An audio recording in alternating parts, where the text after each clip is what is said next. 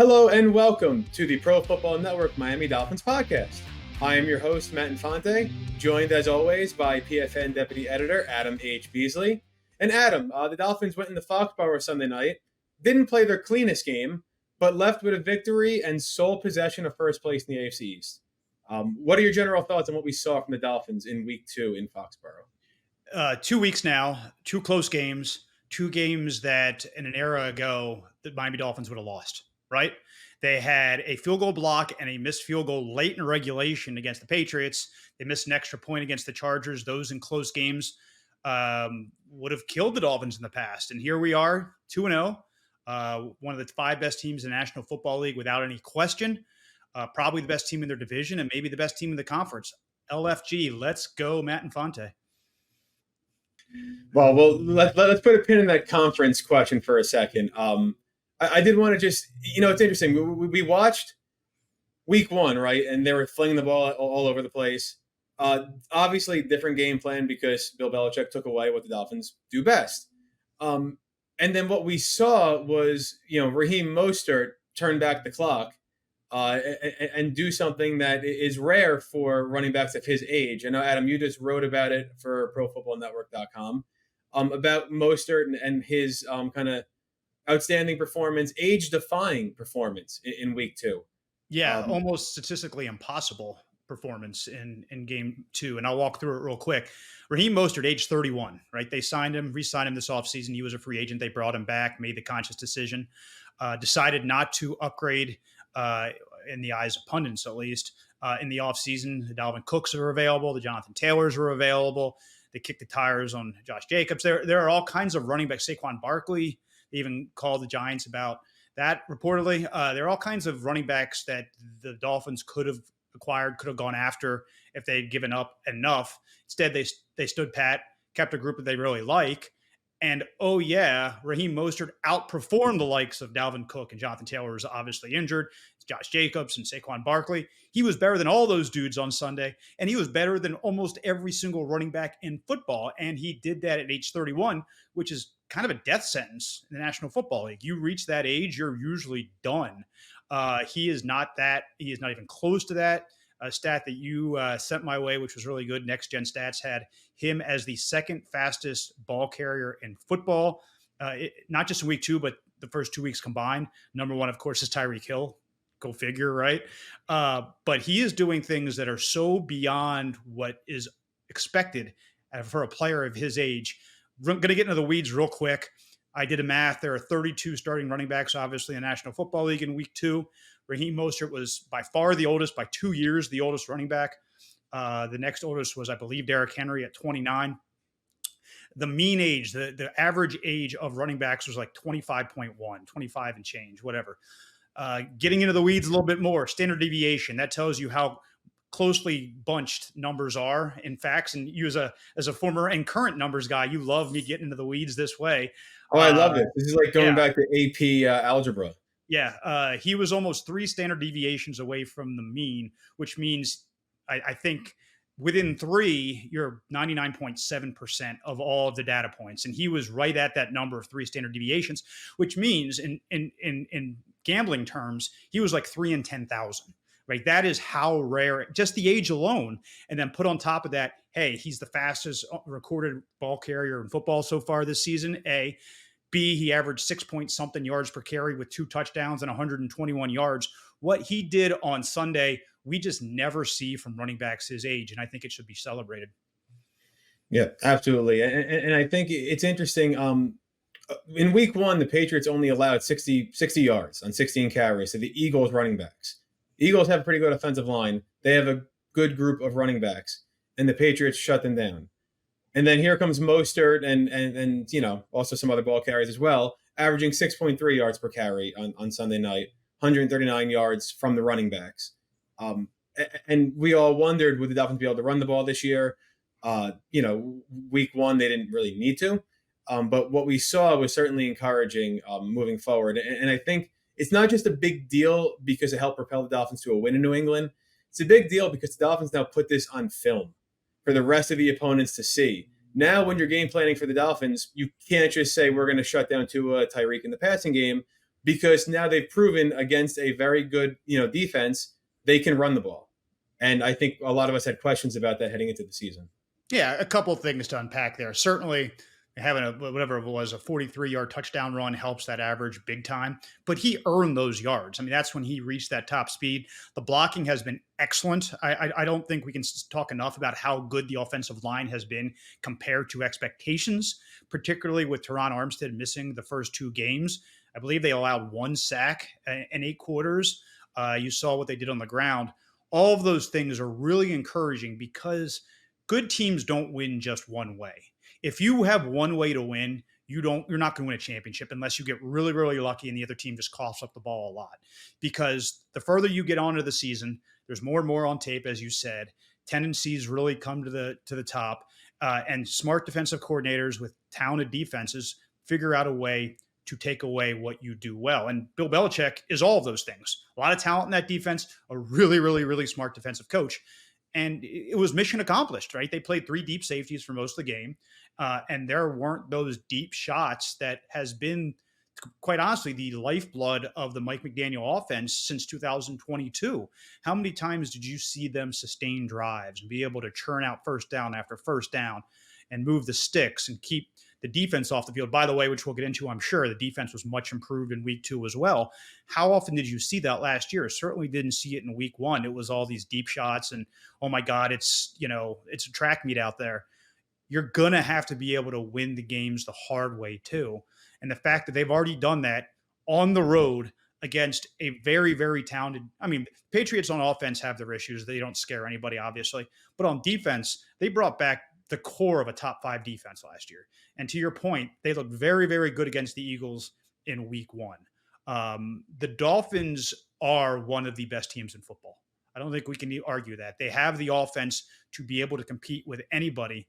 And when their defense shows up like it did in week 2, they are one of the best teams in the National Football League. Yeah, and just to touch on the offensive line again, it's time to, give Butch Barry his flowers here, because the offensive line coach, he's done, essentially the same line as last year, plus Isaiah Wynn in place of Liam Eichenberg there at guard, and then swapping out, Armstead for Kendall Lamb, who's been fantastic. They've allowed 4 quarterback hits officially this year, and like you said, 1 sack through about 80 dropbacks or so for Tua, which is remarkable.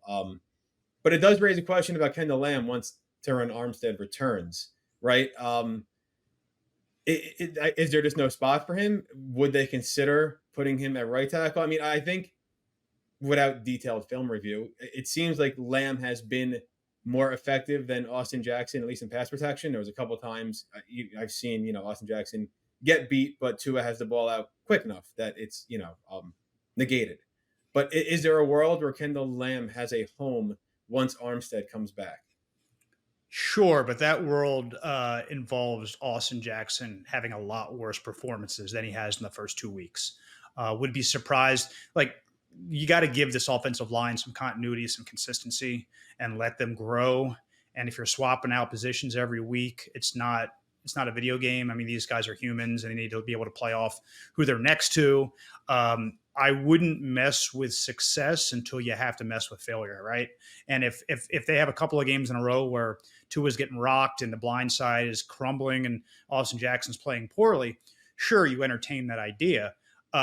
But I don't think he's done nearly enough to lose that job, regardless of, what happens on the left side. Now, Armstead's going to get that job, of course, when he's back.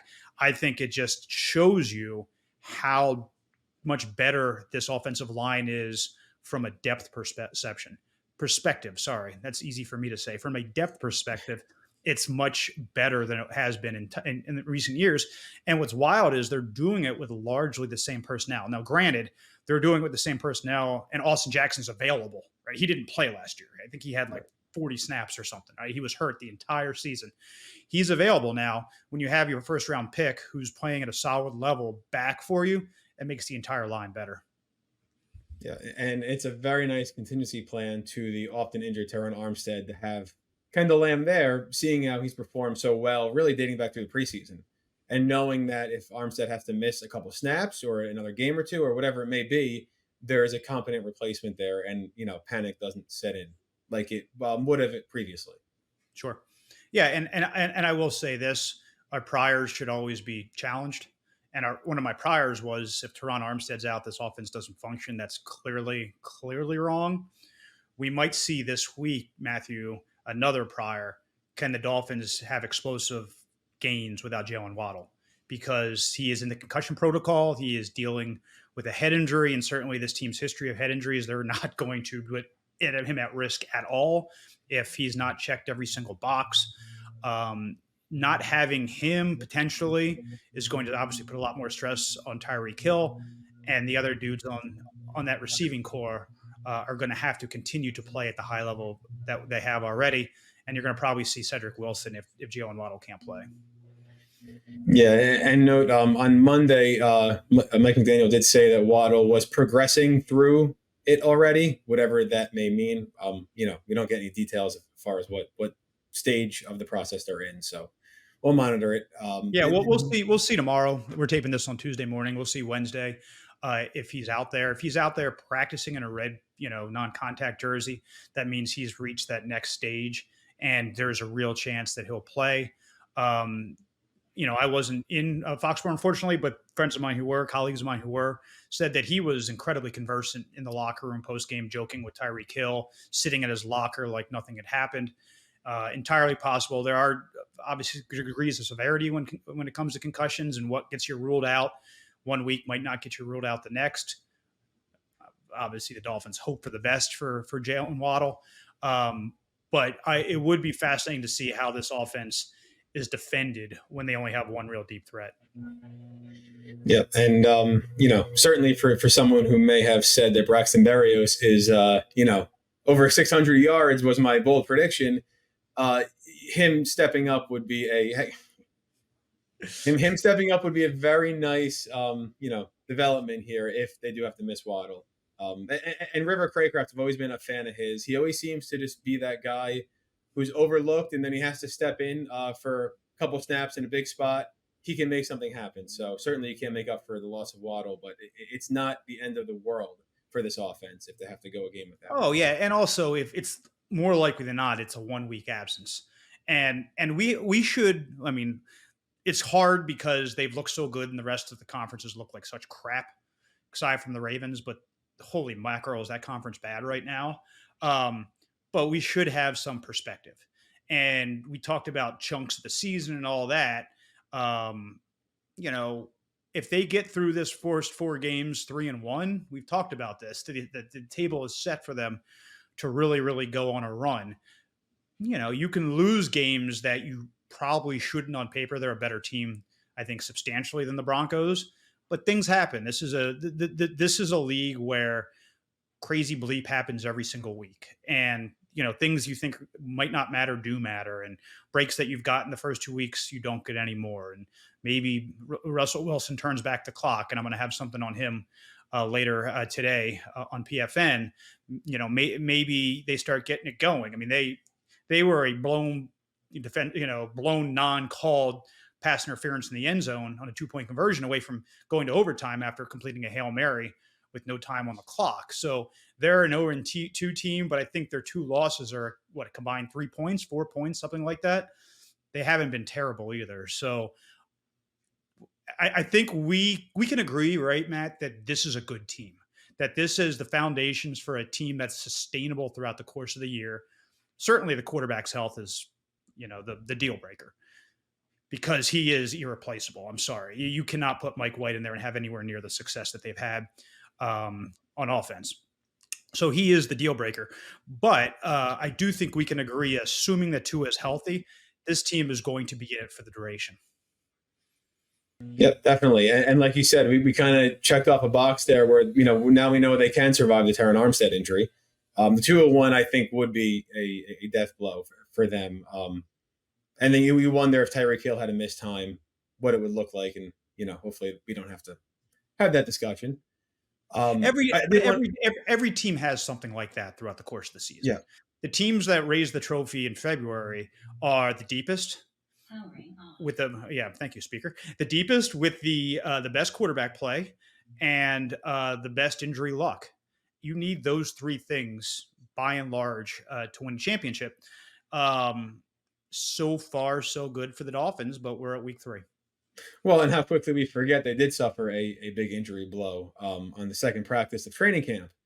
And so there's reason to believe that this defense is only going to get better then once Jalen Ramsey does return in December, November, whatever that time is. I mean, we're not even going to, kind of play around with the timeline there because there's been no change in that update. But yeah, I mean, if they are within a game of the AFC East lead going into December, I absolutely love their chances. I do. Yeah. And since I brought up Ramsey, let's talk about the defense real quick. What we saw, because what we saw was a total bounce back in defending the run, where they got run over by Austin Eckler and Joshua Kelly in week 1 there to about 6.5 yards per carry. They held the Patriots, who admittedly also had trouble running the ball in week 1. So maybe that's more about the Patriots. But still, 20 carries for 63 yards is what the Patriots running backs totaled. That's a little over 3 yards per carry. So certainly encouraging sign. This week versus Denver is going to be a good test. Denver's a top 10 in yards per carry. They're also a top 10 in expected points added per rush for stats nerds like me. So let's see if, this run defense can hold up against the Broncos before, crowning them as much improved, but certainly encouraging. Yeah, and what was encouraging to me is how good they were without Jalen Phillips. And we saw, I think we discussed last week, I certainly wrote about it, the glaring absence of Bradley Chubb from the stat sheet for basically the first 9 games of his Miami Dolphins tenure. Very few impact plays, very few sacks. He did it all. I mean, he absolutely did it all. He was great against the run. He was great against the pass. I mean, if he doesn't... The fumble in pursuit. Yeah, if he doesn't run down, and who was that? Was that Stevenson? Was that, I can't remember who it was. Oh no, it was a rookie who got benched, a wide receiver. The name escapes me. He ran him down, punched that ball out. If he doesn't do that, it's a completely different ball game, right? It is just the feel of the game. The Patriots will still be in it. They were down 2 scores at the half for a lot of different reasons that we can get into. It wouldn't have been that lopsided going into the second half. It would have been maybe the screws get tightened on the Dolphins a little bit. And, they haven't really had, I mean, that's not true because the Chargers game was back and forth, but the Patriots game, it never really felt like they were in danger of losing that game, right? You felt like even though the score was close, that they were substantially the better team throughout that game. Yeah, it was creeping in my mind, though. When you get in that second half, you have the blocked field goal, you have the missed field goal. Thoughts, of New England trips in the past, start coming back in your mind, even though you're the better team. Because We've seen the Dolphins dating back to, late 90s, early 2000s, be the better team and still lose to the Patriots. So I wouldn't say as a fan, I was sitting there thinking it was always in the bag. I felt no. That's fair, obviously. And when, that missed field goal happened late, that's when you thought, hey, maybe this really could happen. Certainly. But for whatever reason, I didn't have that anxiety as an observer that, man, this is bad news. I mean, I kind of felt like so long as they didn't completely shoot themselves in the foot that they were going to win that game. But if they didn't punch that ball out in the second half, it's a completely different dynamic. So getting back to our original point, having guys like Bradley Chubb show up, right? And having Andrew Van Ginkel play out of his skull, right? The guy with a horseshoe up his backside, in the words of Christian Wilkins, because he's just always in the right place at the right time. That's a skill. I'm sorry. That's not luck. That is a skill. That's film study. That's technique. That's just having a sense of how some people just have a sense of how football should be played. Like there are some guys out there that look great in underwear, right? And all their metrics are fantastic. And if if everything's perfect, they're going to dominate. I think not going back to the distant past, Mike Wallace is a perfect example, right? He was a guy that had checked all the boxes from a physical standpoint. He put things on tape that you thought like, wow, are amazing. But you throw some adversity in there and you make him, toughen up a little bit and he folds like a cheap suit. Andrew Van Ginkel is the opposite of that, right? I mean, they say he's a great athlete. The measurables don't really back that up. He's a solid athlete. If he was a great athlete, he would have gone a lot higher than, day 3 of the draft. Yeah. He looks pretty explosive coming off the edge, though. My goodness. Some of those pass rushes, I mean, the explosion there was something that you usually see from Phillips when he's healthy. Yeah, he has developed into a fine player. I guess the broader point is this: he plays better than his measurables, and I think you need dudes like that on your roster because not everyone's going to be a first round pick, right? Not everyone's going to be a $20 million a year player. You need guys like Gink to have that horseshoe up his backside that always seems to know where to be, when to be, and oh my goodness, Emmanuel Agba is buried now, absolutely buried because if he can't see the field when Jalen Phillips is out and Van Ginkel has the kind of game he just had, that they've got to find. And again, it's early in the season, injuries happen, his opportunity may come, but they've got to be open to trade talks at the deadline because he's just a huge money asset sitting on the bench, not really giving them anything. Yeah, and David Long played more snaps as well as kind of more like what we expected that he would play as opposed to week one. And so they're going to want to keep Van Ginkel on the field, and he got a lot of inside snaps in week one, obviously outside week two, but they have to find snaps for him, and that's going to come at the detriment to Agba possibly getting on the field. Because David Long, he was active, he was around the ball, he made plays in the run game. I don't know what the week one situation was about, and we may never know why he got fewer snaps than we all expected. But certainly that was a positive development as well because Long and Baker, that's a really fast pair of inside linebackers. They're very dynamic, and once they increase their pressure packages, they could come from all angles, right? You could have Van Ginkel on the field with them, and who knows who's coming and who's not. Yeah, can we? That's a fantastic point, but can we just take a second to go back to that fumble forced and recovery when Wilkins came in and absolutely blew up Jerome Baker on the recovery? And I thought he was significantly hurt.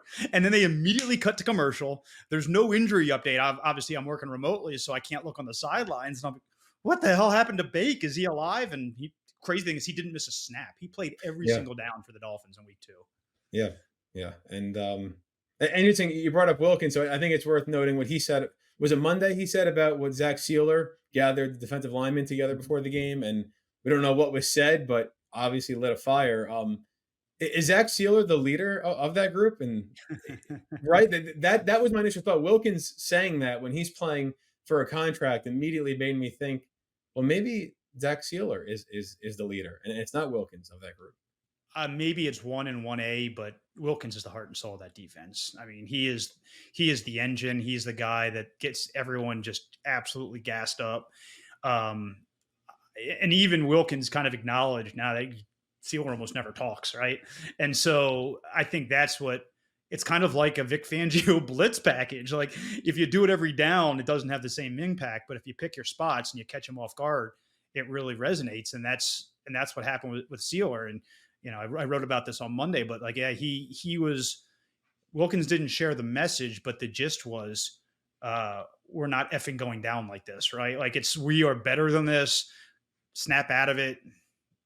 I mean, I'm sure he used language that we cannot use here in this family program. But sometimes the quietest guys can have the loudest message, and Zach Sealer certainly provide them an emotional lift. And I'm not going to credit that to the reason that the defense was better, but the number one thing for a team beyond X's and O's is coming into a game engaged and not coming in flat and not getting their butts whooped. And I think more and more as we look back, that Chargers game last year was them just being completely flat, being on the road for 8 days, playing a physical game against the 49ers the week before. They were just flat. And so week one, I know we've got to fill, column inches and all that. And I'm as guilty of it as anyone. I love a good controversy. I love trends. I love these things to stir the pot. But time and time again, McDaniel kind of rolled his eyes and said, no, they just beat our asses. And yeah, that's how it turned out because we ran it back and the offense ran right through that defense. Having that emotional edge is so important because these aren't like, you and I both have kind of an affinity for numbers. We like the analytics game. Get lost sometimes that these are human beings. And, I've certainly had bad days. I would assume you've had 1 or 2 bad days in your life. Never. Never, not once. Well, I aspire to be you, Infante, because I have more of my share, I guess. There are days that you just don't have it. And that's going to happen to the Dolphins at some point this season. There's a reason that no team since the 72 Dolphins has gone through the year undefeated. It's going to happen at some point. You just try to minimize those. And when you have dudes like Sealer who can give you an unexpected lift, you got to capitalize on it. Yeah, and then I'd be remiss if I didn't point out Xavien Howard getting his first interception and continuing the trend that you guys watched, in training camp for years of Howard just kind of owning Devontae Parker's soul. That's how it was once described to me from someone who was observing every day of camp practice for a couple of consecutive years. So it was good to see that happen. And I know you said that Howard would get 8 interceptions. Well, he's on pace. He is now on pace. He got his first. But in general, the pass defense, we saw that bend but don't break kind of, mentality there. The Patriots moved the ball a little bit more than I would have liked through the air. There's Eli Apple concerns, right? I think we need to touch on that. At some point, are we going to see Cam Smith start to get more snaps in place of Apple? Because I know Fangio is big on trust, and you might not trust a rookie, but I don't know how much more you can trust Eli Apple when he's been getting beat somewhat consistently. Now, he did make a couple plays in the ball as well, so it's not like he was a total disaster. But what might Cam Smith be able to give us? We saw some flashes in preseason, and maybe he needs to start getting some snaps in the defense to see. Yeah, as soon as he gets locked in on scheme, assignment, playbook, and all those things, you're gonna see that transition, because from a physical standpoint, he is far more talented than Eli Apple. There's no doubt about that. And Apple looked bad against bad receivers, and that should be a little concerning. Now, if Denver was at full strength, I would be having a bit of more of a panic attack about this game, because their wide receivers, when healthy, are absolutely deep and loaded. Not the case. Talk about teams that are snake bit. The Broncos at wide receiver are one of those teams. But you can't, I don't think you can count on Nick Needham. I don't. I think he would be a great answer to slide in there when he comes back off of PUP, but we don't know for sure he will. And we've seen some of him at practice, getting rehab in. Haven't seen a ton of it. I guess 2 more weeks he has to absolutely be on PUP before he can even consider returning to practice. And I think once you return, what do you have, 3 weeks before the team has to activate you, or you get put on IR for the season. It would surprise me, and this is no inside information, just knowing how Achilles work, knowing what I've seen with my own eyes of him. And this was in August, obviously, when I did a training camp. It's been a month since I've had a real close look at him. But just how far off he looked then, it would surprise me if he's back in the lineup in 2 weeks. So they're going to have to figure out what to do at cornerback. I mean, you're still at least 2 months off from Jalen Ramsey. So you're going to have to figure out who that number 3 is going to be. And that's not even accounting for injuries, right? That this team, certainly they've had a significant injury already this season at that position, but corners kind of get banged up a bunch. And we've seen them go through a bunch in seasons. Yeah. Yeah. So I think that is a pressure point for the Dolphins.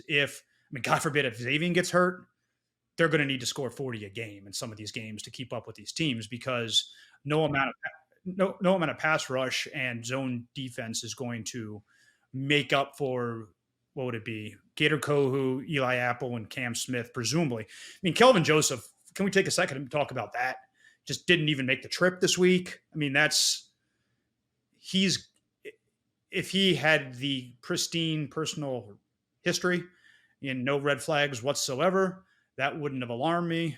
But the fact that second week on the team, he's already got something going on in his personal life that precluded him from making the trip.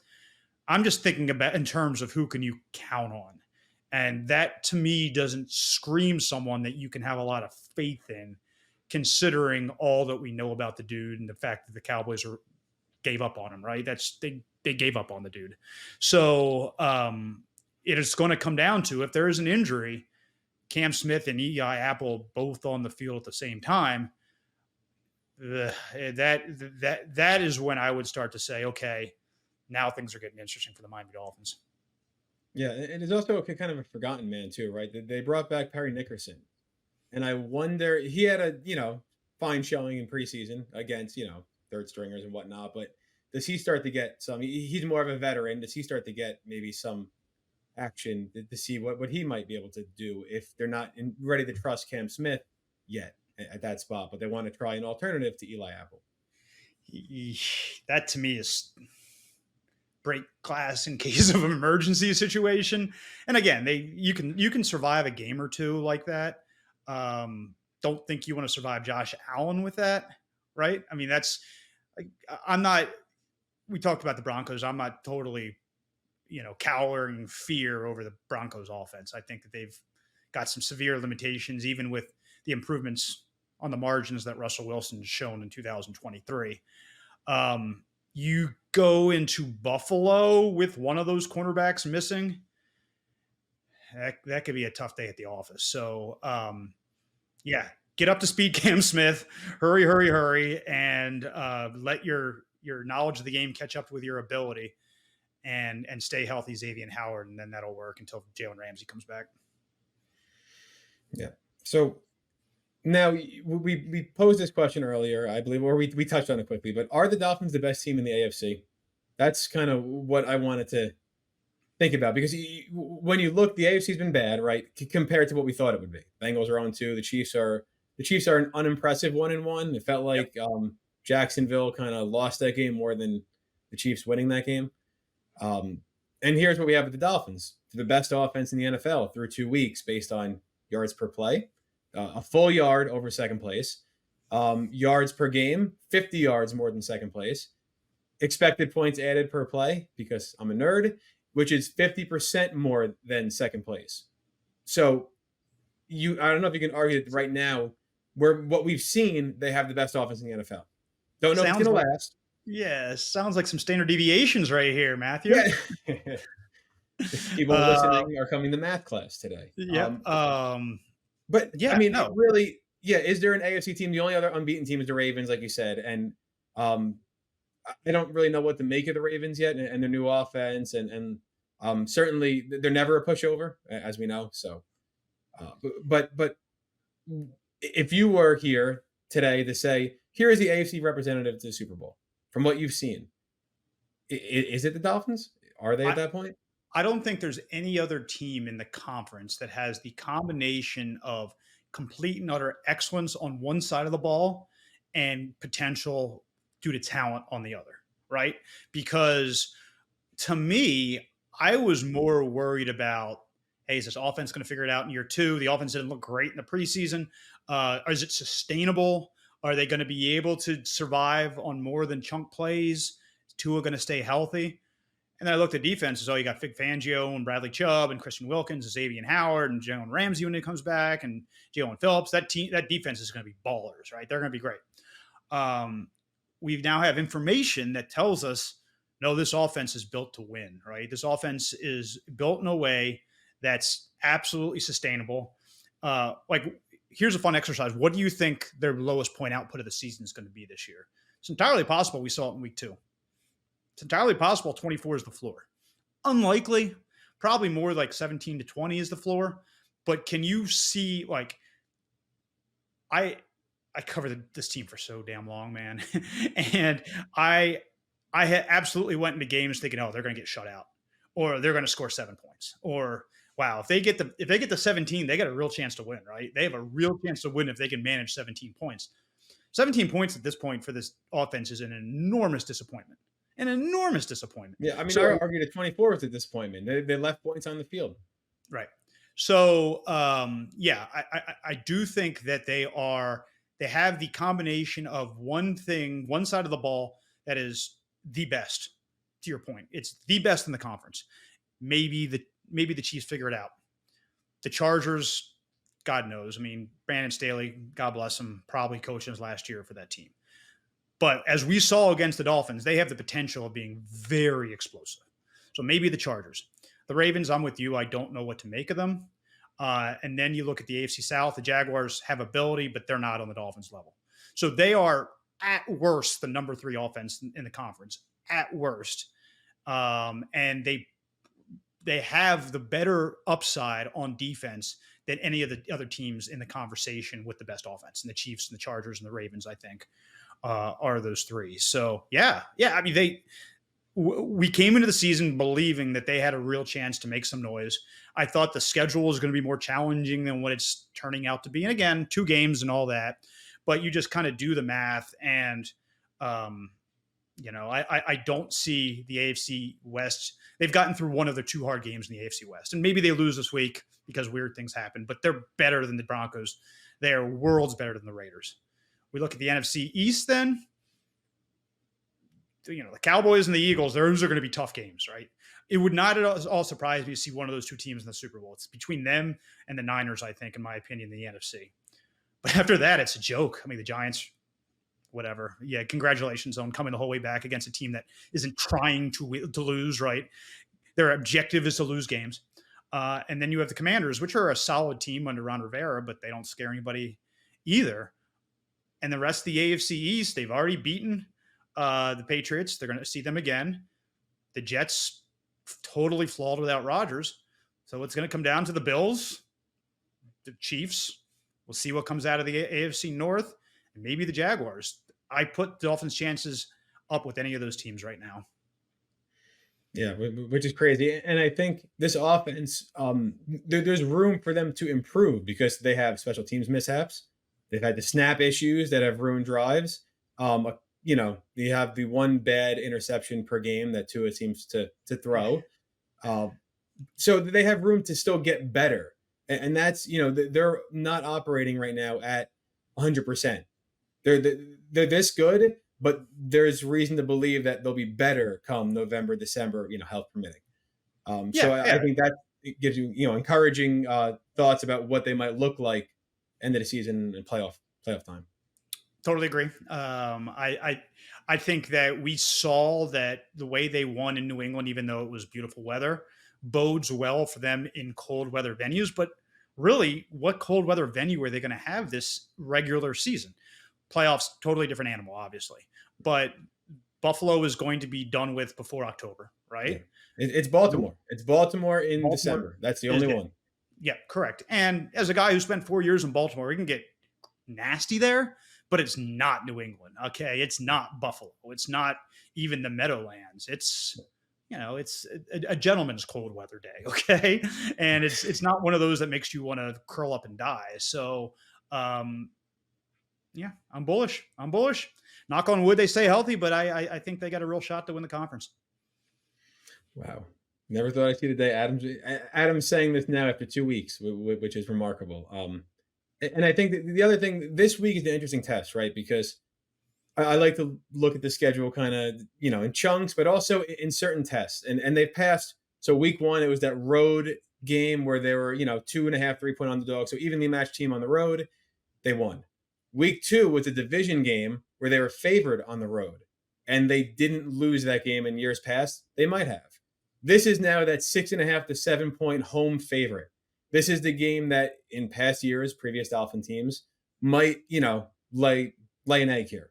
So I want to see if they can pass this test and then might start to feel like this team is different. It is different than what I've seen, at least in my lifetime, recently. And it's certainly, an encouraging thing. If they get to 3-0 by beating Denver, it would just be the second time, the first time since 1996, they've started consecutive years 3-0. They haven't gone 4-0. We'll cross that bridge next week, but it was 1995, I believe. It was the last time they were 4-0. So this might not be the Dolphins team that we are used to seeing, which is exciting as a fan of the team, obviously. You know what I love about doing a show with you? I think I have these fancy pants stats that I come prepared with, and yours are always better. No, so like you raise the bar, Infante. I love it. That's what I'm here for. I'm here to just lift you up, Adam. So before we get out of here, though, here's the question. Give me a prediction on Sunday. Pain for the Broncos. Okay. Yeah, the Dolphins win this game. It could be closer than expected if Jalen Waddle's not available. If that offense is at full strength and they get Jalen Phillips back, they will win this game by 2 scores. Yeah, I think so. It's good teams win, great teams cover. The Dolphins are 2-0 against the spread. Yes, Adam. One quick thing. We have not even discussed this yet. This team is unbeatable at Hard Rock Stadium. Like, their home field advantage is fantastic at that stadium. I know they lost the Packers on Christmas Day.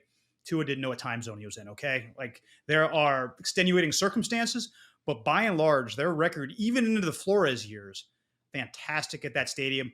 And it's not going to be cool, right? It's not going to be cool weather for that Rocky Mountain team coming east. Just another reason I think the Dolphins win. Yeah, I'm with you. I've been saying Dolphins by a touchdown in week 1 and 2. I think they cover here, so probably a little more than a touchdown. That would be kind of where I fall. And then we get to a very interesting, game coming up next week if they, get through Denver. So that will be a fun time. Adam, you have a Russell Wilson piece coming today, correct? If I get to it. If we get to it. And we have the Raheem Mostert piece ready up on profootballnetwork.com/Miami-Dolphins, where you can see all of Adam's work throughout the week. So be sure to check there frequently. Subscribe to the podcast if you haven't already. If you're watching on YouTube, if you want to subscribe and like, that would be very, very nice of you, and we appreciate that. And other than that, we will see you back here next week on the Pro Football Network Miami Dolphins Podcast.